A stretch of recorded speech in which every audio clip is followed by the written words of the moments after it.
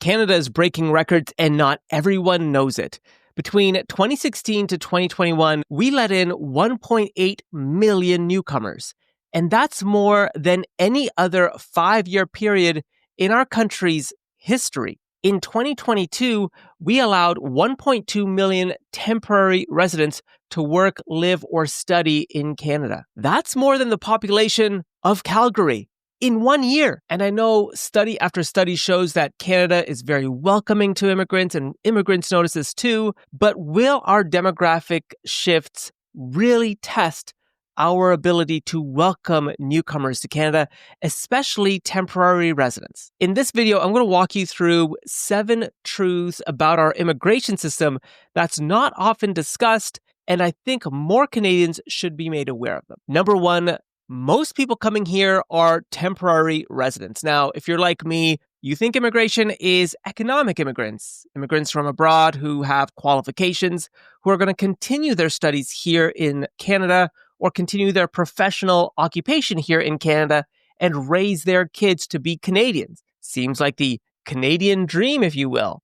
That's just not it. Temporary migration is, in fact, the new normal in Canada. We've issued over 600,000 study permits, 400,000 work permits under the International Mobility Program, and over 130,000 temporary foreign worker visas as well. That's over 1.2 million temporary residents, dwarfing economic immigrants at 400,000. So it gets you thinking, who's really building our economy? Is it a knowledge-based economy, or is it a temporary, seasonal, cyclical economy where we're just cycling in people for a temporary basis on a continuum? Number 2, India is shaping our entire immigration system, and we should really be talking about this. Remember how I said that there were 400,000 permanent residents in 2022? Well, of them, 118,000 were from India. 41% of our study permits are issued to students from India. Now, it could be that India has better systems in its country to sell the Canadian dream and get more of its residents applying to Canada.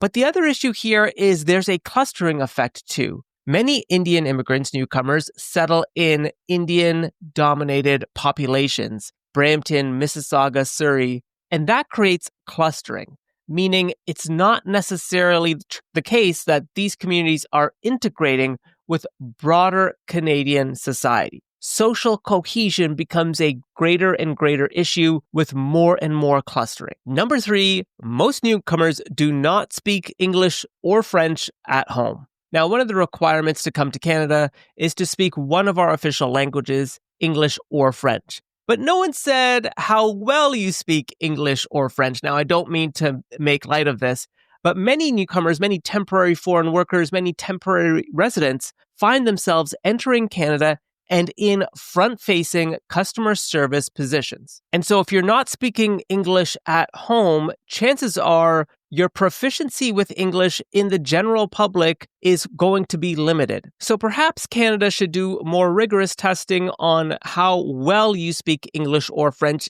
if, in fact, you're coming for a customer service relations type job or vocation. Number 4, we are importing temporary residents quicker than we can actually build homes. The CMHC says we need 3.5 million new homes by 2030 just to keep up with demand. But according to the IRCC, housing availability, especially in the areas where immigrants settle, continue to lag well behind our immigration targets. And so what we find are many temporary residents going into group housing, living together in smaller and smaller quarters. Some of the conditions I've seen online are just repulsive. Number 5, integration is not just about services, it's also about building that community connection. I was reading that 1 in 5 post-secondary students in 2022 were international students. Now, with the influx of temporary residents, I just wonder, what about the school boards for elementary and secondary schools? Are new schools going to be created? Will those only be for temporary residents? What are the connections they'll have with broader Canadian society? And what will that mean for their ability to integrate with broader Canadian society?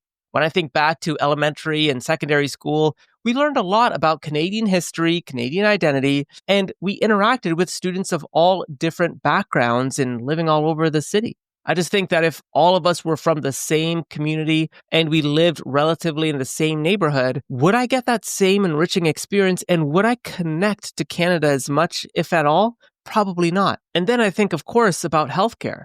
If 1.2 million temporary residents are coming in 1 year and they're settling in a handful of cities across our entire country, I can only imagine that public health care must be under some type of stress, and the offering of services in specific languages will be not a nice to have, it'll be out of necessity. But then what kind of country are we creating as well, where services can be tailored so that you don't need to speak English or French at all, which is part of our identity, whether we'd like to believe that or not. Number 6, I truly believe we're living in like parallel societies or almost like a parallel universe within Canada.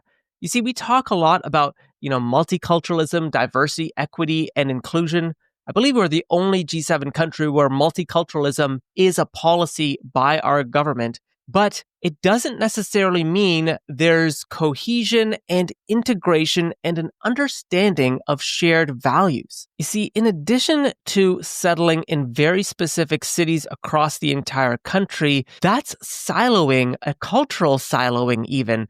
And it doesn't allow a culture or people to branch out and explore other parts of Canada as much as potentially they could. As we know, temporary residents, temporary foreign workers are working exceptionally hard just to make ends meet. What are the chances that they interact and meaningfully engage with broader Canadian society? I don't know. And finally, by 2041, our society will look very different than it is today. And are we ready for this? Canada, when you think about it, we are very welcoming to immigrants, and immigration is our nation's story. But the pace of immigration, and again, let me just remind folks, temporary residence is unparalleled. It's unlike almost any nation in the world, and that will have serious consequences for our demographics moving forward. And so the choices we make about housing, about healthcare, about education actually do matter. What types of housing are we building? Are we building housing for temporary residents? Are we building education and healthcare for temporary residents? What does that mean for the general public? What does that mean for our landscape and our cityscapes? What does that mean for us as a nation as we build urban development out into our cities and branching out? It seems to me this is not really well thought by the federal government. I can't imagine why we've shifted so dramatically to temporary foreign work. I haven't even touched upon the fact that many Canadians, at least in my comment section on social media, have let me know that their children, their family members, etc., who are looking for jobs feel like they're being frozen out, that they can't find work in the country that they were born in. And that tells me that something is really happening at the grassroots. It's festering, something deep is happening. I think if we don't undertake the social cohesion, have these crunchy topics as conversations, we might be setting ourselves up for unresolved backlash. And that's the last thing I think our country should ever hope for being as welcoming and as accepting as we are. So it's important that we talk about it, and we talk about it as openly as possible. So if you like this content, hit that like button, definitely subscribe. Tell me in the comments below what you think, and I'll keep exploring immigration right here in Canada.